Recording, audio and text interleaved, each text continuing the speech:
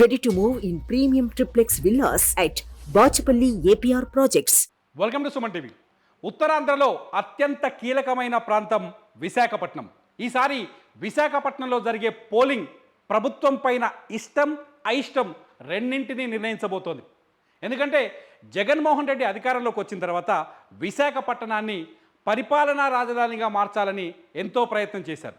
అయితే అభివృద్ధి వికేంద్రీకరణ బిల్లును తీసుకొచ్చిన తర్వాత, మూడు రాజధానుల కాన్సెప్ట్ను తీసుకొచ్చిన తర్వాత, రాజధాని విశాఖపట్నాన్ని పరిపాలనా రాజధానిగా మార్చాలని నిర్ణయం తీసుకున్న తర్వాత కొన్ని రాజకీయ సమీకరణల నేపథ్యంలో జగన్మోహన్ రెడ్డి ఆ బిల్లుని వెనక్కి తీసుకున్నప్పటికీ కూడా ఆ తర్వాత జరిగిన రాజకీయ పరిణామాల తర్వాత కూడా విశాఖపట్నమే ఆంధ్రప్రదేశ్కి సరైన పరిపాలనా రాజధాని అంటూ వైసీపీ ఇప్పటికీ బలపరుస్తూ వస్తుంది. ఇంకో విషయం ఏంటంటే, ఇటు కూటమిలో బలమైన పార్టీగా ఉన్న ఆంధ్రప్రదేశ్లో ఓటు బ్యాంక్ లేకపోయినప్పటికీ ఏపీలో టీడీపీ, జనసేన, బీజేపీ కూటమిలో బలమైన పార్టీగా కనిపించేది కేంద్రంలో అధికారంలో ఉన్న బీజేపీ కూడా ఉత్తరాంధ్రపైన దృష్టి సారించినట్టు చాలా స్పష్టమైన అంశాలున్నాయి. ప్రధాని మోదీ పలుమార్లు విశాఖపట్నంలో పర్యటించారు. ప్రధాని మోదీ విశాఖపట్నంలో ఏడాది క్రితం ఒక పెద్ద ర్యాలీ కూడా తీశారు. బీజేపీ దృష్టి అంతా ఈసారి ఉత్తరాంధ్ర పైన ఉంది అని చెప్పేసి రాజకీయ విశ్లేషణలు ఉన్నాయి. ముఖ్యంగా విశాఖపట్నం నుంచి వాళ్ళ రాజకీయ ప్రస్థానాన్ని మొదలుపెట్టే ఆలోచనలో బీజేపీ ఉందనే చర్చ కూడా ఉంది. ప్రస్తుతానికైతే వైసీపీ వర్సెస్ కూటమి ఎన్నికలు కొనసాగుతున్నాయి. రెండు కూటమి వర్సెస్ వైసీపీలో ఎవరు గెలుస్తారన్నది ఆసక్తికరంగా మారింది.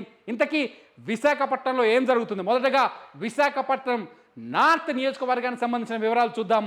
సై 2024లో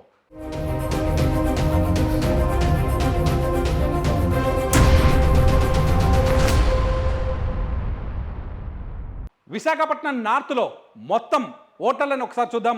ఓటర్ల సంఖ్యను చూద్దాం. విశాఖపట్నం నార్త్లో మొత్తం 2,86,730 మంది ఓటర్లు ఉన్నారు.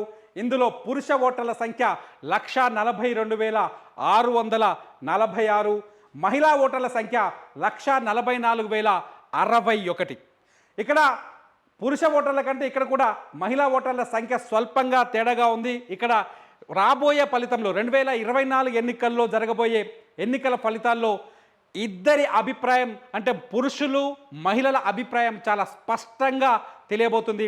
విశాఖపట్నం సింపుల్గా చెప్పాలి అంటే వైజాగ్లో విశాఖపట్నాన్ని రాజధానిగా విశాఖ ప్రజలు అంగీకరిస్తున్నారా లేదా అన్నదే ఈసారి ఎన్నికల ఫలితాల్ని ఎక్కువగా ప్రభావితం చేసే అవకాశం కనిపిస్తుంది.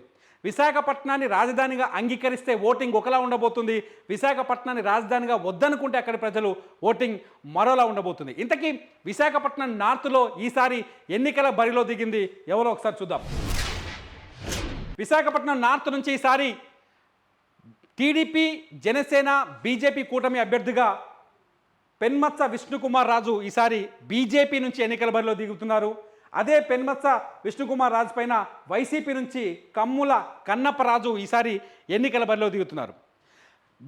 ఎవరైతే విష్ణుకుమార్ రాజు ఉన్నారో, విష్ణుకుమార్ రాజు బీజేపీలో చాలా కీలకమైన నేత, ఆంధ్రప్రదేశ్ బీజేపీలో చాలా సీనియర్ నాయకుడు. ఆయన ఖచ్చితంగా ఈసారి అంటే ఒక టీడీపీ, జనసేన, బీజేపీ కూటమి ఏర్పడ్డ తర్వాత సీట్ల సర్దుబాటులో విష్ణుకుమార్ రాజుకి ఆ సీటు కేటాయించారు. అంటే ఆయన సీనియారిటీ బేస్లో ఆయనకు ఆ సీటు కేటాయించారు. విష్ణుకుమార్ రాజు 2014లో జరిగిన ఎన్నికల్లో, అంటే రాష్ట్ర విభజన జరిగిన తర్వాత ఏర్పడ్డ కూటమి, అప్పుడు కూడా టీడీపీ, జనసేన, బీజేపీ కూటమిగా ఎన్నికల బరిలోకి దిగాయి. 2014లో కూడా విష్ణుకుమార్ రాజు విశాఖ నార్త్ నుంచే ఎమ్మెల్యే అభ్యర్థిగా పోటీ చేసి విజయం సాధించారు. ఆయనకు ప్రత్యేక గుర్తింపు ఉంది. ఆయన మాటల్లో చాతుర్యం ఎక్కువగా ఉంటుంది. ఈసారి 2019లో మాత్రం ఆ అవకాశం ఆయనకు దక్కలేదు. ఎందుకంటే బీజేపీ, జనసేన, టీడీపీ ఎవరికి వారు ఎన్నికల బరిలోకి దిగారు. జగన్మోహన్ రెడ్డి ప్రభుత్వం అధికారంలోకి వచ్చింది. ఆ ఎన్నికల్లో విష్ణుకుమార్ రాజు ఒంటరిగా పోటీ చేశారు. ఒంటరిగా పోటీ చేసినప్పుడు విష్ణుకుమార్ రాజు ఓటమి పాలయ్యారు. 2019లో కూడా కమ్ముల కన్నప్పరాజు వైసీపీ నుంచి ఎన్నికల బరిలోకి చూశారు. ఇంతకీ 2019లో ఏం జరిగిందో ఒకసారి చూద్దాం. 2019లో టీడీపీ నుంచి ఎమ్మెల్యేగా గంటా శ్రీనివాసరావు, మాజీ మంత్రి గంటా శ్రీనివాసరావు విజయం సాధించారు. గంటా శ్రీనివాసరావుకి మొత్తం 67,352 ఓట్లు వచ్చాయి. ఇకపోతే కమ్ముల కన్నప్పరాజు సెకండ్ ప్లేస్లో ఉన్నారు. ఆయన కమ్ముల కన్నప్పరాజుకి 65,408 ఓట్లు వచ్చాయి. పసుపులేటి ఉషా కిరణ్ ఇక్కడ జనసేన నుంచి పోటీ చేశారు. ఇక్కడ పసుపులేటి ఉషా కిరణ్ 19,139 ఓట్లు సాధించారు. ఒకసారి పర్సంటేజ్లో చూస్తే గంటా శ్రీనివాసరావుకు 38.09%, అలాగే కమ్ముల కన్నపరాజు వైసీపీ అభ్యర్థికి 36.99%, జనసేన అభ్యర్థి పసుపులేటి ఉషా కిరణ్కు 10.63% ఓట్లు లభించాయి. కేవలం 1944 ఓట్ల మెజార్టీతో గంటా శ్రీనివాసరావు విశాఖ నార్త్లో 2019లో విజయం సాధించారు. ఈసారి గంటా శ్రీనివాసరావుని భీమిలి టికెట్ ఇచ్చారు. ఆయనకి భీమిలి నుంచి ఆయన మాజీ మంత్రి అవంతి శ్రీనివాస్ పైన ఎన్నికల బరిలో దిగబోతున్నారు. ఇంతకీ విశాఖ నార్త్లో, విశాఖలో రాజధాని అంశంతో పాటు అనేక అంశాలు ఉన్నాయి. విశాఖ పైన అనేక ఆరోపణలు చేస్తున్నాయి ప్రతిపక్షాలు. ఈ ఆరోపణలన్నింటినీ నిజం చేయబోతాయా? విజయం సాధించి ఈసారి కూటమి అభ్యర్థి విష్ణుకుమార్ రాజు విజయం సాధిస్తారా, లేకపోతే కమ్ముల కన్నపరాజు విజయం సాధిస్తారా? కూటమిని గతంలో తెలుగుదేశం పార్టీ చేతుల్లో ఓడిపోయిన కమ్ముల కన్నపరాజు ఈసారి కూటమి అభ్యర్థిని ఓడిస్తారా?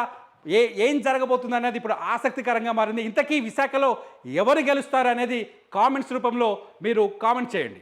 సుమన్ టీవీలో మీ పర్సనల్ అండ్ బిజినెస్ ప్రమోషన్స్ కోసం కింది నెంబర్కి కాంటాక్ట్ చేయండి.